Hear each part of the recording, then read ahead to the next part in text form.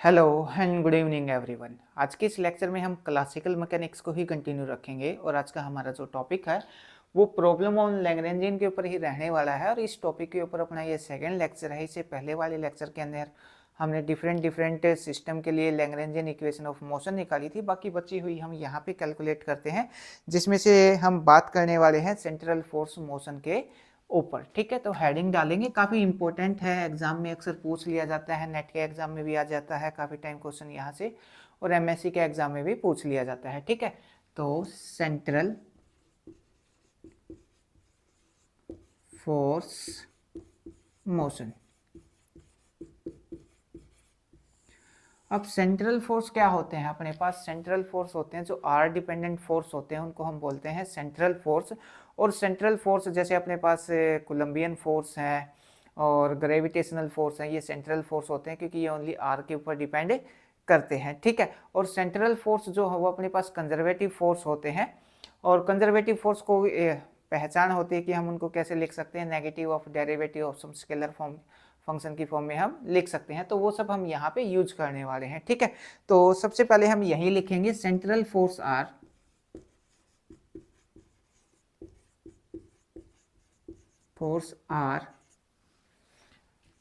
Are dependent force. ठीक है, और इसका जो फॉर्मूला है वो क्या हो जाएगा, एफ ब्रैकेट आर, ब्रैकेट मतलब जो फोर्स है वो ओनली आर के ऊपर यहाँ पे डिपेंड कर रहा है, ये आ जाएगा माइनस के आर स्क्वायर और साथ में यूनिट वेक्टर। ये अपने पास सेंट्रल फोर्स का फॉर्मूला हो जाएगा। अब जो सेंट्रल फोर्स है वो क्या हो जाएंगे, central force are conservative force, conservative force. अब कंजर्वेटिव फोर्स है तो कैसे लिख सकते हैं, negative of derivative of some scalar function की फॉर्म में हम लिख सकते हैं। तो हमने लिखा F equal to minus del V, और ये लिख सकते हैं F equal to negative of derivative of some scalar function, और साथ में हमने क्या लिख लिया, यूनिट वेक्टर लिख लिया। इसको हमने बोला इक्वेशन नंबर 1 और ये अपने पास है इक्वेशन नंबर 2। ठीक है, अब दूसरी बात ये है कि जो अपने पास सेंट्रल फोर्स होते हैं ये एक प्लेन के अंदर टेक प्लेस करते हैं। प्लेन के अंदर टेक प्लेस करते हैं तो हम यहाँ पे जो अपने पास पोलर कोऑर्डिनेट है, पोलर कोऑर्डिनेट का यूज कर सकते हैं। और पोलर कोऑर्डिनेट के बारे में हम इससे पहले वाले लेक्चर के अंदर पढ़ चुके हैं, और उसका लिंक या तो आपको डिस्क्रिप्शन बॉक्स के अंदर मिल जाएगा, या फिर आप चैनल की जो क्लासिकल मैकेनिक्स की प्लेलिस्ट है वहां पे जाके देख सकते हैं। टॉपिक आपको इसी नाम से मिलेगा, प्रॉब्लम ऑन लैग्रेंजियन। ठीक है, तो अपने पास सेंट्रल फोर्स होते हैं वो किस में होते हैं, प्लेन में होते हैं। प्लेन में होते हैं तो हम किसका यूज कर सकते हैं, जो पोलर कोऑर्डिनेट है उनका यूज कर सकते हैं। पोलर कोऑर्डिनेट का यूज करने से पहले मैं इक्वेशन 1 और 2 को एक बार इक्वेट कर लेता हूं, क्योंकि दोनों की जो लेफ्ट हैंड साइड है वो क्या है, सेम है। तो क्या आ जाएगा, ये आ जाएगा इक्वेटिंग 1 एंड 2 के बाद के r square minus r cap equal to negative of derivative of some scalar function, साथ में आर कैप से आर कैप कैंसिल हो जाएगा, नेगेटिव से नेगेटिव कैंसिल हो जाएगा। अपने पास क्या आ जाएगा, ये आ जाएगा के आर स्क्वायर इक्वल टू करली वी बाई करली आर। ठीक है, इसको हमने नाम दिया इक्वेशन नंबर 3। इक्वेशन नंबर 3 का हम आगे यूज करने वाले हैं। ठीक है, अब हम इसका यूज करेंगे, जो सेंट्रल फोर्स है वो एक प्लेन के अंदर टेक प्लेस कर रहे हैं, तो हम किसका यूज करेंगे, पोलर कोऑर्डिनेट का यूज करेंगे। तो central force take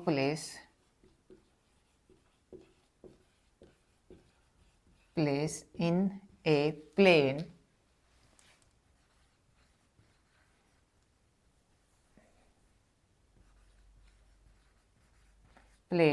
so we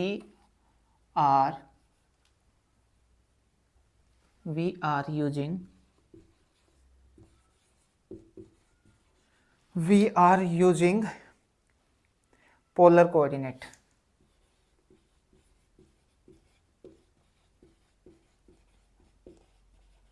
तो पोलर कोऑर्डिनेट के अंदर हमने काइनेटिक एनर्जी कैलकुलेट की थी इससे पहले वाले लेक्चर्स के अंदर, तो हम उसका डायरेक्ट यहाँ पे रिजल्ट यूज करने वाले हैं। और काइनेटिक एनर्जी हमने क्या निकाली थी पोलर कोऑर्डिनेट में, T equal to 1/2 m bracket, ये था अपने पास r डॉट का स्क्वायर प्लस r स्क्वायर और साथ में था अपने पास थीटा डॉट का स्क्वायर, थीटा डॉट का स्क्वायर। ठीक है, इसको हमने बोल दिया इक्वेशन नंबर 3। ठीक है, तो अपने पास जो लैग्रेंजियन होता है, लैग्रेंजियन क्या होता है, लैग्रेंजियन होता है L equal to T minus V. ठीक है, अब इसको हमने नाम दिया इक्वेशन नंबर 4।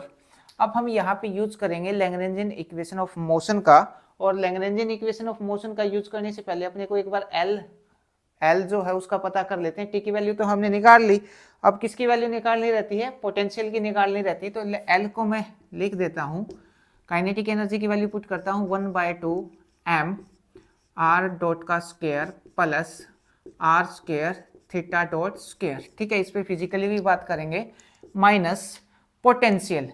अब अपने पास जो सेंट्रल फोर्स है, ये कौन से फोर्स हैं, आर डिपेंडेंट फोर्स हैं, तो जो पोटेंशियल है वो किस पे डिपेंड करेगा, ओनली आर के ऊपर ही डिपेंड करेगा। तो हमने यहाँ पे लिखा minus potential is the function of r, पर जो यहाँ पे काइनेटिक एनर्जी ली है हमने, काइनेटिक एनर्जी अब ये किस में है, एक प्लेन के अंदर टेक प्लेस कर रहा है, तो हमने पोलर कोऑर्डिनेट का यूज किया है। तो जो काइनेटिक एनर्जी है वो दो पैरामीटर के ऊपर डिपेंड करेगी, एक आर के ऊपर डिपेंड करेगी, दूसरा थीटा के ऊपर भी डिपेंड करेगी। ठीक है, और जो पोटेंशियल एनर्जी है वो ओनली क्या होगी, आर डिपेंडेंट ही होगी। ठीक है, अब हम यूज करते हैं Lagrangian equation of motion, using Lagrangian equation of motion. अब लैग्रेंजियन इक्वेशन ऑफ मोशन भी हम दो क्वांटिटी के लिए लेने वाले हैं, एक तो आर के लिए लेंगे और दूसरा किसके लिए लेंगे, थीटा के लिए लेंगे। ठीक है, तो ये क्या आ जाएगी अपने पास, ये आ जाएगी d/dt curly L by curly R dot और minus curly L by curly R equal to 0। ये क्या है अपने पास, लैग्रेंजियन इक्वेशन ऑफ मोशन है, ऑलरेडी पहले वाले लेक्चर्स के अंदर निकाल चुके हैं, डायरेक्ट रिजल्ट यूज किया है। तो अब अपने पास ये जो L की वैल्यू निकाली है, इसको बोल दिया इक्वेशन नंबर 4। अब क्या करने वाले हैं, एक बार तो इस L का R डॉट के रिस्पेक्ट में डेरिवेटिव करेंगे, एक बार इस L का R के रिस्पेक्ट में डेरिवेटिव करेंगे। ठीक है, डेरिवेटिव करने के बाद अपने पास क्या आता है, एक बार मैं किसके रिस्पेक्ट में करता हूँ, R डॉट के रिस्पेक्ट में करता हूँ, तो ये आ जाएगा d/dt, और R डॉट के रिस्पेक्ट में इसका डेरिवेटिव करूंगा तो ये आ जाएगा अपने पास mr डॉट। ठीक है, ये आ जाएगा अपने पास mr डॉट। उसके बाद नेगेटिव साइन, अब इस L का किसके रिस्पेक्ट में करना है, R के रिस्पेक्ट में करना है, R के रिस्पेक्ट में करेंगे तो अपने पास ये आ जाएगा mr और साथ में क्या है, थीटा डॉट, ये टर्म 0 हो जाएगी। हाँ ठीक है, यही आएगा mr और थीटा डॉट का स्क्वायर। ठीक है, साथ में अपने पास जो पोटेंशियल है, पोटेंशियल का भी किसके रिस्पेक्ट में करेंगे, आर के रिस्पेक्ट में करेंगे, आर के रिस्पेक्ट में करेंगे तो ये आ जाएगा करली v बाय करली r और इक्वल टू आ जाएगा अपने पास 0। ठीक है, अब नेक्स्ट स्टेप में ये जो टर्म है इसका एक बार और डेरिवेटिव है, d/dt बाहर है तो इसका एक बार और डेरिवेटिव कर देते हैं, तो इस पे क्या आ जाएगा mr डबल डॉट, ये आ जाएगा mr double dot minus minus बाहर निकाल लेते हैं तो ये आ जाएगा mr थीटा डॉट का स्क्वायर और प्लस मिलेगा अपने को, ये क्या है अपने पास, करली v बाय करली r है अपने पास, करली v बाय करली r, और करली v बाय करली r हमने किसके इक्वल निकाला है, k बाय r स्क्वायर के इक्वल निकाला है। ये वैल्यू उठा के हम यहाँ पे पुट कर देंगे तो ये आ जाएगा अपने पास k by r square equal to कितना, 0। ठीक है, यहाँ से वैल्यू निकाल लेते हैं r डबल डॉट की, r डबल डॉट की वैल्यू निकालेंगे तो क्या आ जाएगी अपने पास, ये आ जाएगी r double dot equal to r theta dot का स्क्वायर और माइनस k mr स्क्वायर। ठीक है, ये तो एक वैल्यू आ गई अपने पास किसकी, r डबल डॉट की। दूसरा हम निकाल लेते हैं ये जो लैग्रेंजियन इक्वेशन ऑफ मोशन है, ये किसके रिस्पेक्ट में है, r के रिस्पेक्ट में डेरिवेटिव किया है, r की फॉर्म में लिखी है। अब इसको किसकी फॉर्म में लेंगे, थीटा की फॉर्म में लेंगे, थीटा की फॉर्म में लेंगे तो क्या जाएगा ये अपने पास d/dt curly L by curly theta dot और negative sign curly L by curly theta equal to क्या जाएगा अपने पास 0 आ जाएगा। ठीक है, अब ये जो L है इस L का किसके रिस्पेक्ट में, एक बार थीटा डॉट के रिस्पेक्ट में इसका डेरिवेटिव करूंगा और फिर इस L का मैं थीटा के रिस्पेक्ट में डेरिवेटिव करूंगा। तो डेरिवेटिव करूंगा तो ये अपने पास क्या जाएगा, यहाँ पे लिख देता हूं मैं, ये आ जाएगा अपने पास डी ओवर डी टी, ये वाली टर्म यहाँ पे एज इट इज L का थीटा के रिस्पेक्ट में करते हैं, L का थीटा के रिस्पेक्ट में हम डेरिवेटिव करेंगे तो ये आ जाएगा अपने पास, फर्स्ट टर्म का कितना हो जाएगा 0 हो जाएगा और सेकेंड टर्म का मिलेगा अपने को, वो आ जाएगा एम आर स्क्वायर और साथ में मिलेगा थीटा डॉट। ठीक है, इक्वल टू कितना 0 आ जाएगा।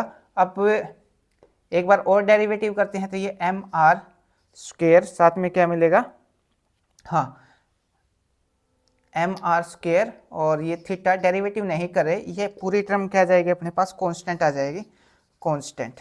ठीक है, थीटा डॉट क्या है यहाँ पे, थीटा डॉट है एंगुलर वेलोसिटी, थीटा क्या है एंगुलर डिस्प्लेसमेंट, डॉट लगा दिया तो क्या आ जाएगा एंगुलर वेलोसिटी आ जाएगी। इसको हम क्या लिख सकते हैं एम आर स्क्वायर और थीटा को हमने लिख दिया ओमेगा इक्वल टू, ये आ जाएगा अपने पास कांस्टेंट टर्म। ठीक है, तो एंगुलर मोमेंटम जो है वो सेंट्रल फोर्स मोशन होते हैं उनके लिए अपना जो एंगुलर मोमेंटम है वो क्या रहे होगा, कंजर्व्ड होगा, तो यही लिख देते हैं यहाँ पे। सो इसको एक स्टेप और सोल्व कर सकते हैं, I इक्वल टू क्या होता है अपने पास एम आर स्क्वायर होता है, तो इस टर्म को क्या लिख सकता हूँ I लिख सकता हूँ, ये आ जाएगा I ओमेगा इक्वल टू अपने पास कांस्टेंट। ठीक है, तो अब हम यहाँ पे लिखेंगे so angular momentum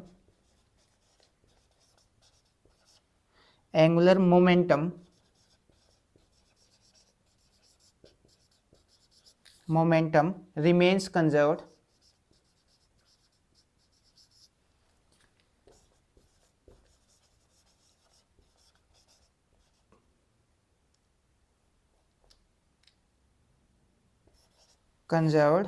in central